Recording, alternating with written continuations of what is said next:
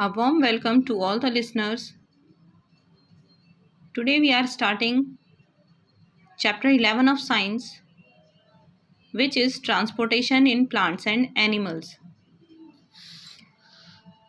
In this chapter we are going to discuss transportation of materials in plants and the process of transpiration in plants, and also the transport of materials in animals along with excretion in humans and animals. As we have learnt earlier that all living organisms need food, water and oxygen for survival, they need to transport all these to various parts of their body. जैसे कि सभी living organisms को food, water और oxygen की need होती है, but साथ साथ इन सभी सब्सटेंसेस को पूरी बॉडी में ट्रांसपोर्ट करना भी ज़रूरी है. And further they also need to transport waste to the parts from where they can be removed. और इसके साथ साथ जो भी वेस्ट प्रोडक्ट्स बनते हैं लिविंग ऑर्गेनिजम्स की बॉडी में, उनको उन ऑर्गन्स तक पहुंचाना भी ज़रूरी है जहां से उन्हें इजीली रिमूव किया जा सके. So how are food, water, gases and waste materials transported within the body of plants and animals? तो किस तरह से फूड, वाटर, गैसेस या वेस्ट मटेरियल का ट्रांसपोर्ट होता है प्लांट्स और एनिमल्स की बॉडीज़ में, ये हम इस चैप्टर में डिस्कस करेंगे. So our first topic is transportation of materials in plants.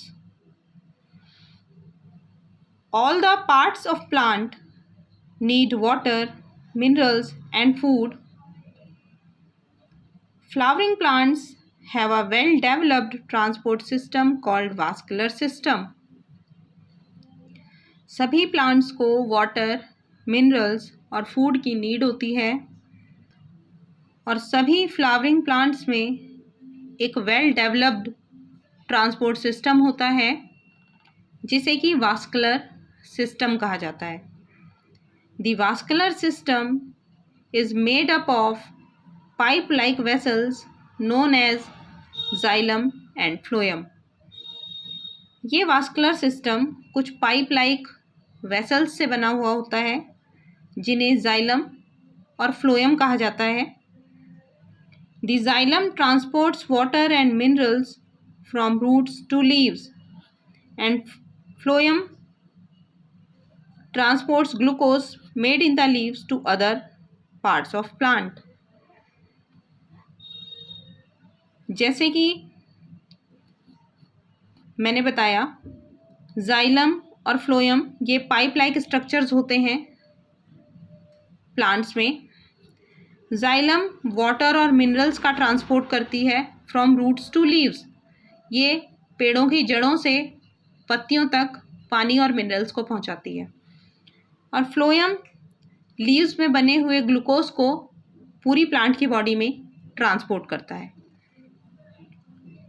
Now transportation of water and minerals. Plants absorb water and minerals through the roots. A large number of root hair are present on the roots. Plants की body में roots होती हैं जो कि water और minerals के absorption में help करती हैं. इन रूट्स पर कुछ रूट हेयर्स प्रेजेंट होते हैं. These root hairs increase the surface area of the root for absorbing water and minerals.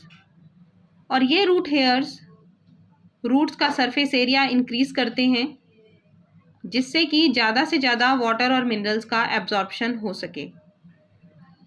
The root hair absorb water present in between the soil particles by the process of osmosis. ये root hairs soil में present water को absorb करते हैं by osmosis की process से. Osmosis is the process of passage of water across a semi-permeable membrane from an area where there are more water molecules to an area where they are less. Root hairs water और minerals का absorption करते हैं by osmosis, and osmosis is a process of passage of water. Means water soil में से roots में enter करता है through semi permeable membrane. Semi permeable membrane से होता हुआ वाटर रूट्स में एंटर होता है from high concentration area to low concentration area. Means ऐसी जगह से जहाँ वाटर के मॉलिक्यूल्स की क्वांटिटी या कंसंट्रेशन हाई थी, ज़्यादा थी, वहाँ से वो लो कंसंट्रेशन एरिया की तरफ मूव करता है. And the process is osmosis, और इस प्रोसेस को ऑस्मोसिस कहा जाता है. From the root hairs, water along with mineral enters the roots. Root hairs से होता हुआ water minerals के साथ roots में पहुंचता है. Then it moves upward the stem and leaves through pipe-like structures called xylem. और इसके बाद वो रूट से होता हुआ स्टेम्स और लीव्स तक पहुंचता है थ्रू जाइलम. जाइलम के थ्रू, जो कि ट्यूब लाइक स्ट्रक्चर्स होते हैं प्लांट की बॉडी में. From the soil the root cells absorb water and minerals continuously which produces a force that pushes water upwards. Soil से रूट के सेल्स कुछ वाटर और मिनरल्स एब्जॉर्ब करते हैं और ये प्रोसेस लगातार चलता है, जिसकी वजह से एक फोर्स प्रोड्यूस होता है जो वाटर को अपवर्ड पुश करता है. मीन्स लगातार पानी को प्लांट के रूट से ऊपर लीव्स तक, स्टेम्स तक पहुंचाने के लिए एक फोर्स जनरेट हो जाता है. The evaporation of water from leave also produces a pulling force that causes the water to move upwards. और इसके साथ साथ लीव्स लगातार इवेपोरेशन करती हैं. मीन्स पत्तियों से लगातार पानी इवेपोरेट होता है, जिसकी वजह से एक पुलिंग फोर्स भी डेवलप हो जाता है और वाटर अपवर्ड मूव करता है. The transportation of water and dissolved minerals from the root to stem, leaves and other parts of plant through xylem is called ascent of sap. जो water और dissolved minerals का transport हो रहा है from roots to stem, leaves and other parts, पानी जड़ों से पेड़ के स्टेम तक, पत्तियों तक और प्लांट के सभी हिस्सों तक पहुंच रहा है थ्रू जाइलम. जाइलम की हेल्प से. इस प्रोसेस को एसेंट ऑफ सैप कहा जाता है. Now transportation of food. We know that the leaves prepare food for the plant. These are known as food factory of plants. क्योंकि लीव्स में ही प्लांट का फूड बनता है, इसलिए लीव्स को फूड फैक्ट्री कहा जाता है.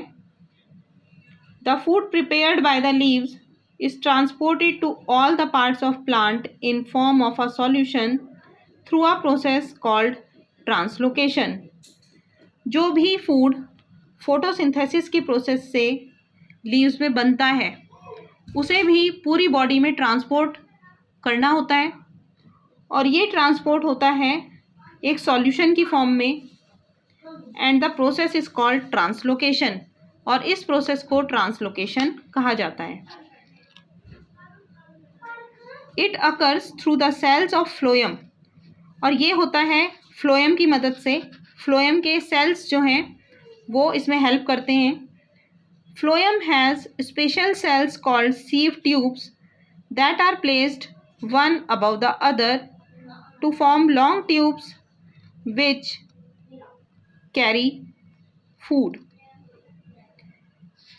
फ्लोएम में स्पेशल सेल्स होते हैं जिन्हें सीव ट्यूब्स कहा जाता है, और ये एक के ऊपर एक जो है अरेंज होते हैं.